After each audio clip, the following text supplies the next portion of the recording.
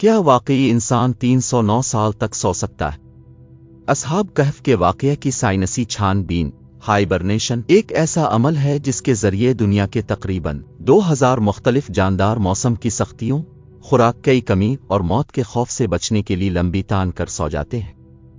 ان کے خلیوں میں موجود جین اس طرح کے خوف و خطرات سے آگاہ ہو جاتے ہیں اور ان پر ایک بہت لمبی نیند تان دیتے ہیں جسے ہائبرنیشن کہتے ہیں۔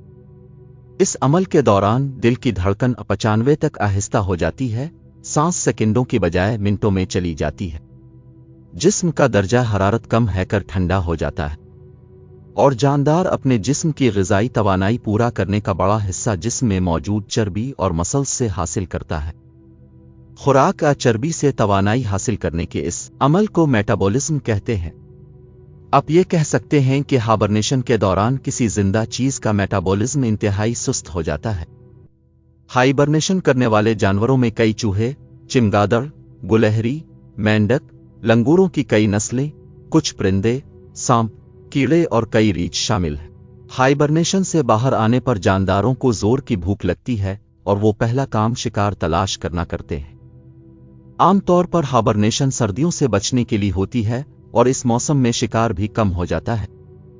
اس لیے آج تک سب سے لمبی ہائبرنیشن ایک چمگادڑ کی ہے جو 344 دن یعنی تقریباً 1 سال تک بنا کھائے پی سوئی رہی۔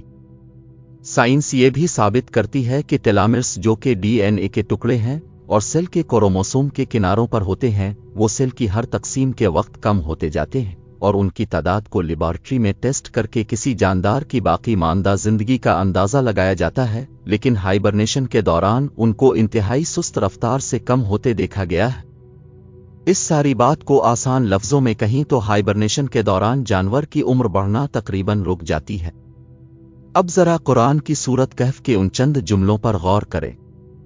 تو ہم نے غار میں کئی سالوں تک ان کے کانوں پر نیند کا پردہ ڈالے رکھا، اور جب سورج نکلے تو تم دیکھو کہ وہ ان کی غار کے داہنی طرف سمٹ جائے اور جب غروب ہو تو بائیں طرف کترا جائے۔ یہ خدا کی نشانیوں میں سے ہے، اور تم ان کا خیال کرو کہ جاگ رہے ہیں حالانکہ وہ سو رہے ہیں، اور ہم ان کو دائیں اور بائیں کروٹ بدلاتے تھے، اور ان کا کتا چوکھٹ پر دونوں ہاتھ پھیلائے ہوئے تھا۔ اگر تم ان کو جھانک کر دیکھتے تو پیٹھ پھیر کے بھاگ جاتے اور دہشت میں آ جاتے، اور اس طرح ہم نے انہیں اٹھایا تاکہ آپس میں ایک دوسرے سے دریافت کریں۔ ایک نے کہا تم یہاں کتنی مدت رہے؟ انہوں نے کہا 1 دن یا اس سے بھی کم۔ انہوں نے کہا جتنی مدت تم رہے ہو تمہارا پروردگار ہی اس کو خوب جانتا ہے۔ تو اپنے میں سے کسی کو یہ روپیہ دے کر شہر بھیجو، وہ دیکھے نفیس توانائی سے بھرپور کھانا کون سا ہے تو اس میں سے کھانا لے آئے، اور آہستہ آہستہ آئے جائے اور تمہارا حال کسی کو نہ بتائے۔ سائنس یہ کہتی ہے کہ ہائبرنیشن کے دوران کئی جانداروں کے جسم کے کئی حصے آرگنز کام کرنا بند کر دیتے ہیں۔ چاہے باہر کا درجہ حرارت جیسا بھی ہو، دنیا کی زیادہ تر غاروں کا درجہ حرارت سارا سال مستقل رہتا ہے۔ اصحاب کہف کا پہلا قدم غار تھا، اس کے بعد سو جانا۔ قرآن کا یہ کہنا کہ ان کے کانوں پر نیند کا پردہ ڈال دیا دراصل ہمارے اندرونی کان کے حصے کی طرف اشارہ ہو سکتا ہے جو ایک غیر معمولی آواز پر چونک کر دماغ کو سگنل بھیجتا ہے اور دماغ ہمیں جگا دیتا ہے۔ لیکن اصحاب کہف کے معاملے میں وہ حصہ مکمل رک چکا، سسپینڈڈ تھا۔ اگر سورج کی روشنی غار میں پڑتی تو غار کا درجہ حرارت بڑھتا جو اصحاب کہف کو جگا سکتا تھا۔ دوسرا، سورج کی تیز شعاعیں جلد پر پڑنے سے جسم میں فری ریڈیکل مالیکیولز بڑھتے ہیں جو انسان کی عمر بڑھانا شروع کر دیتے ہمیں۔ لیکن قرآن کا یہ کہنا کہ طلوع و غروب کے وقت سورج غار کے سامنے نہ ہوا، کہانی کو بڑے دلچسپ مرحلے میں لے کر جا رہا ہے، یعنی غار سارا عرصہ ٹھنڈا رہا۔